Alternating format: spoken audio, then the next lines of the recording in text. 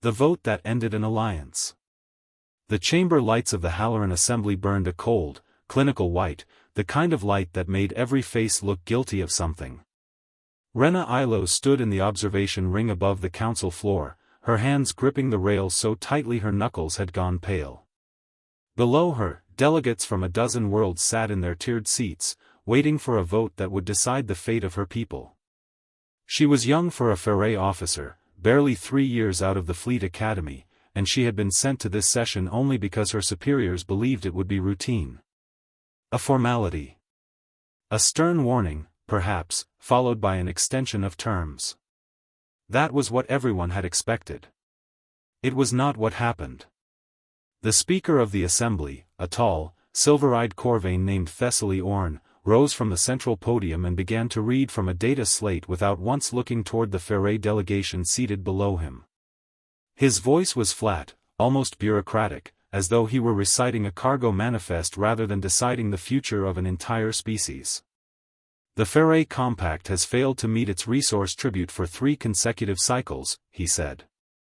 By majority vote, the Assembly withdraws all protective status, all defense guarantees, and all trade privileges previously extended to the Faray people, effective immediately. Rena felt the words land like a physical blow. She had known the vote was coming. She had not known it would feel like this, like watching a door close from the wrong side of it. The silence that followed was not shock. It was the silence of something already decided long before anyone in that room had raised a hand. She scanned the tiers below, searching the faces of species the Faray had once called friends. The Doroth cluster, whose colony convoys the Faray fleet had escorted through pirate-infested space 2 generations ago. The Ancelon Concord, who had once called the Faray the shield of the frontier after they turned back a raider fleet that would have annihilated an Ancelon home system. Not one of them looked up. Not one of them so much as shifted in their seat. Elder Dos Van Tar, the Faray ambassador, rose slowly from his place at the delegation table. He was old enough to remember when the Assembly's charter had first been signed, when the founding words had promised that no member species would ever be made to stand alone. His voice, when it came, was quiet, but it carried to every corner of the chamber. "You built this assembly on a single promise," he said. "That no species would ever be abandoned to its enemies. Today you have shown the galaxy that promise was never real." No one answered him. No one needed to. The vote had already passed, and in the assembly, a past vote was the only kind of truth that mattered. Within the hour, the orders came through official channels, worded in the same detached bureaucratic language as everything else that day. The Faray fleet was to disarm its border defense platforms. Long-range patrols were to be recalled. Planetary shield access codes were to be surrendered to assembly inspectors, who would verify compliance within 72 hours. It was not protection. It was disarmament, dressed up in the language of paperwork. Rena did not fully understand the danger until she reached the sensor deck of her ship and pulled the border telemetry herself. The moment the Faray's protected status had been revoked, something out at the edge of their territory had begun to move. Ships that had lingered near the border for months, vessels everyone had assumed were traders or long-haul scouts, were repositioning. Their formations were not random. They were tightening, methodically, like a hand closing slowly around something it intended to crush. The Kryvan horde had been waiting. Rena understood, standing there with the data scrolling in front of her, that the horde had known this vote was coming long before the Faray delegation itself had known. Perhaps they had even helped arrange it. She left the assembly station in a controlled kind of panic, moving fast through corridors crowded with delegates from species who did not glance her way even once. To them, the Faray were already a settled matter, a line quietly struck from a ledger. Her ship, a modest diplomatic cruiser called the Solvane, was waiting at the outer docking ring.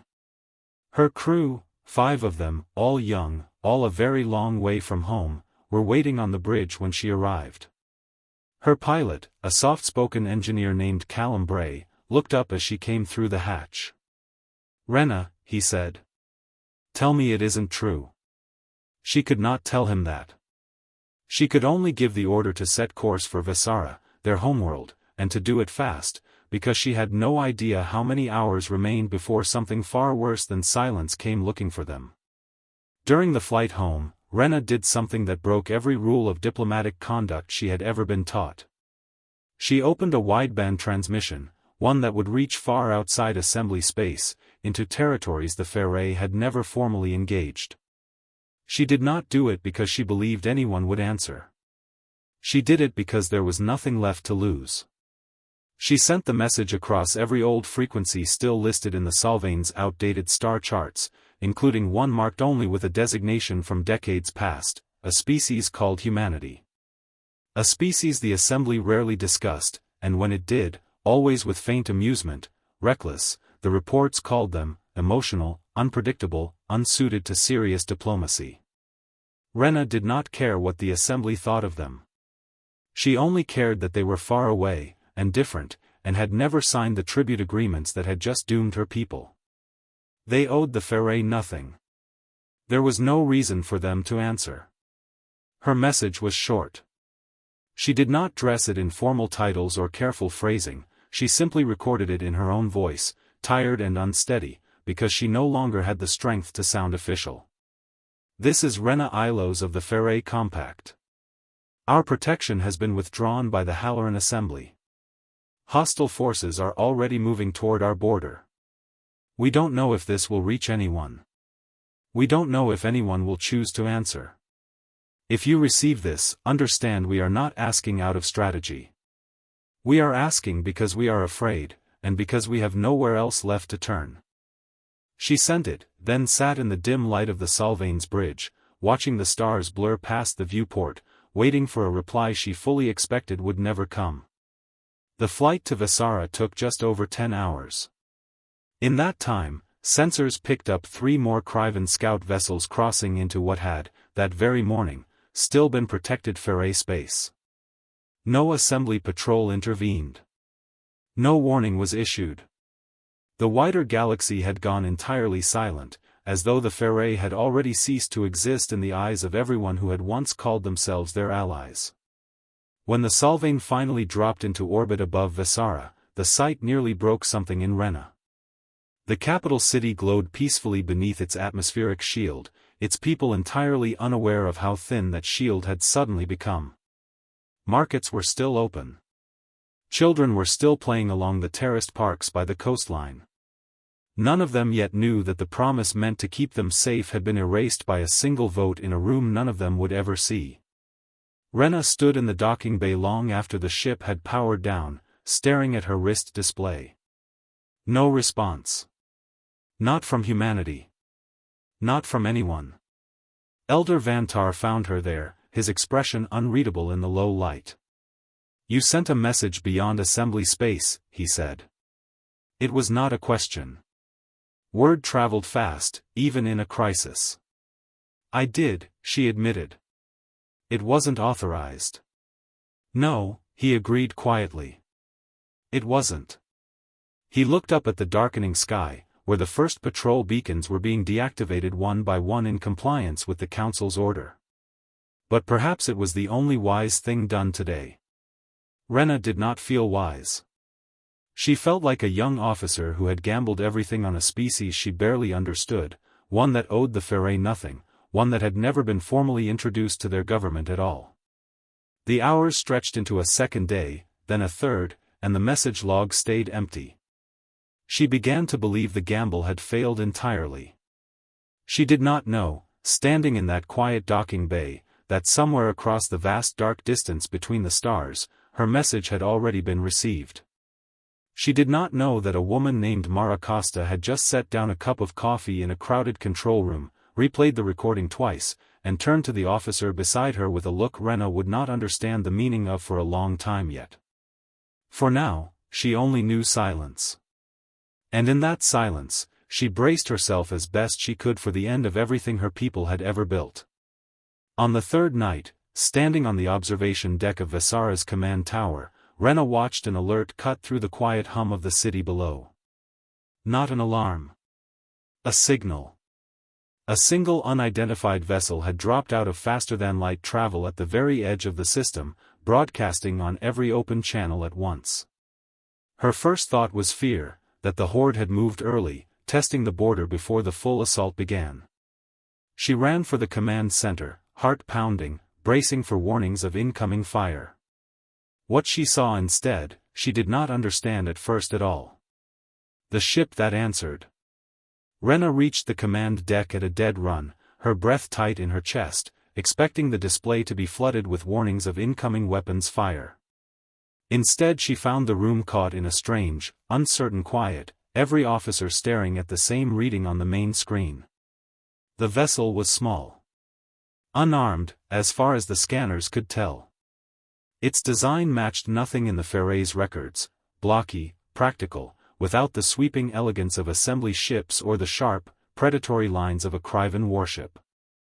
And it was broadcasting the same message over and over, in a language their translation system struggled to fully render at first. Elder Vantar arrived moments later, out of breath, staring at the same scrolling text. "Is this a trick?" he asked, though something in his voice suggested he already doubted his own question. Rena did not answer him directly. She opened a return channel instead, her hands unsteady as she keyed in the words. "Unidentified vessel, this is Visara Command. Please identify yourselves." The reply came almost instantly, as though they had been waiting for exactly that question. "This is the vessel Wayfinder, representing the people of Earth. We received a distress signal 3 days ago from an officer identifying herself as Rena Ilos. We are here in response to that signal." Rena felt the air leave her lungs all at once. The message she had sent without authorization, without any real hope of an answer, had not only been received. It had been answered. Elder Vantar turned to look at her, and for the first time since the vote that had stripped away their protection, she saw something in his eyes besides exhaustion. It was careful, fragile, and entirely unmistakable. Hope. They granted the Wayfinder clearance to approach, though not without careful monitoring. Even hope, in a time like this, had to be handled with discipline. As the ship drew closer, Rena asked to be part of the welcoming party, and Elder Vantar, perhaps sensing this was somehow tied to her specifically, allowed it. The Wayfinder docked at Visara's secondary platform, a modest structure compared to the grand diplomatic bays once reserved for assembly visits. When the airlock finally cycled open, Rena did not know what to expect. Stories about humanity varied wildly across assembly space, some painted them as brilliant, others as dangerously unstable. The woman who stepped through was neither. She was simply focused, sharp-eyed, with short dark hair and the bearing of someone used to making difficult decisions quickly. She introduced herself as Captain Mara Costa. Behind her came a small crew, no more than a dozen people in practical uniforms, without any of the ceremonial decoration assembly officers usually wore. "Officer Ilos," Costa said, extending a hand, a gesture Rena recognized from old cultural records but had never actually experienced. "I read your message myself. I want you to know we don't take it lightly." Rena shook her hand, unsure if she was doing it correctly, unsure of almost everything in that moment except the cautious relief spreading through her chest. "I didn't expect anyone to answer," she admitted. "Especially not this fast." Costa's expression tightened slightly. "We debated fast, and we argued a lot along the way. Some people back home think we're moving too quickly into things we don't fully understand. But when I played your recording for our council, there wasn't much debate left after that. You didn't sound like someone asking for advantage. You sounded like someone asking for help." Elder Vantar stepped forward, his voice careful but direct. "Forgive me if I ask a difficult question, Captain. The Assembly has told us for generations that your people are unpredictable, unsuited to matters of galactic diplomacy. Why would you risk anything for a species that owes you nothing, when even our closest allies would not?" Costa didn't seem offended by the question. If anything, she seemed to have expected it. "Because we never signed their agreements," she said. "We're not part of the Assembly, and we never accepted their tribute system. A species being abandoned to its enemies because it couldn't pay a resource quota isn't complicated politics. It's just wrong. We don't need a treaty to know that. Word of the Wayfinder's arrival spread through Vesara within hours, not through official announcement but the way real news always traveled, market to market, household to household. For the first time in 3 days, Rena saw something other than fear on the faces of the people she passed in the corridors. It was not certainty. It was something smaller and more fragile than that. But it was there. Still, one ship was not an army, and Costa did not pretend otherwise. In a hastily arranged briefing with Elder Van Tar and the remaining Ferre Defense Council, she laid out the truth plainly. "We're not the whole response," she said. "We're the first ship that could get here fast. Earth is sending more, but ships need time to cross that distance, and I know time is exactly what you don't have." The Kryvan horde was not going to wait politely for reinforcements to arrive. Everyone in that room understood as much. What the Wayfinder's crew could offer immediately was something else: knowledge. Over the following day, Costa's engineers worked alongside Ferre technicians, adapting their own systems to reinforce Vesara's battered defense grid. It was not the kind of technology the Ferre had expected. Humans did not have grander shields or sleeker ships. What they had was a habit of solving problems sideways, wiring old systems into new configurations no assembly engineer would have thought to try, because assembly doctrine had never needed to. Callum Bray, still shaken from the vote 3 days earlier, found himself working beside one of the Wayfinder's engineers, a quiet man named Priyam Rao, late into the night cycle. "Your council really just came," Callum said at one point, watching Rao splice a human targeting relay into a Ferre defense platform that had never been designed to accept it. "For people you'd never met." Rao shrugged without looking up from the panel. "That's usually how it starts." By the second day, the reinforced grid held its first real test. A trio of Kryvan scout ships crossed the border, likely expecting the same undefended silence their sensors had reported only days before. What they found instead was a patchwork of Ferre and human systems working in tandem, clumsy in places, but sharper and faster to respond than anything the Horde had accounted for. The scouts pulled back before the exchange could escalate, retreating to report what they'd found. It was a small skirmish. No ships were lost. But Rena understood, watching the sensor logs afterward, that something important had shifted. The Horde had expected an empty door. They had found it locked, however imperfectly, and for the first time since the vote, they hesitated. 3 more days passed. Then, one evening, sensors along the outer perimeter lit up with a wave of new contacts, not Kryvan ships this time, but a formation of unfamiliar hulls entering the system in tight, disciplined order. Rena watched the readout with her breath caught in her throat until the identification codes resolved. More human ships. Earth had sent its answer. She found Captain Costa on the observation deck that evening, watching the same readout in silence. "You didn't know they'd get here this soon either," Rena said. "No," Costa admitted. "I hoped." She turned to look at Rena directly. "For what it's worth, Officer Ilos, your message did more than you know. It's not just ships crossing that distance right now. It's people back home arguing that maybe standing with a species we've never met isn't reckless after all. Maybe it's just decent." Below them, the reinforced Vesara defense grid held steady against the dark, and along the border, for the first time in nearly a week, the Kryvan formations began to pull back rather than press forward. Rena stood beside Costa, watching the fleet gather in the darkening sky above her homeworld, and thought of the message she had sent with no real hope of an answer. It had found someone after all. "You are not alone," Costa said quietly, almost to herself. "Not anymore."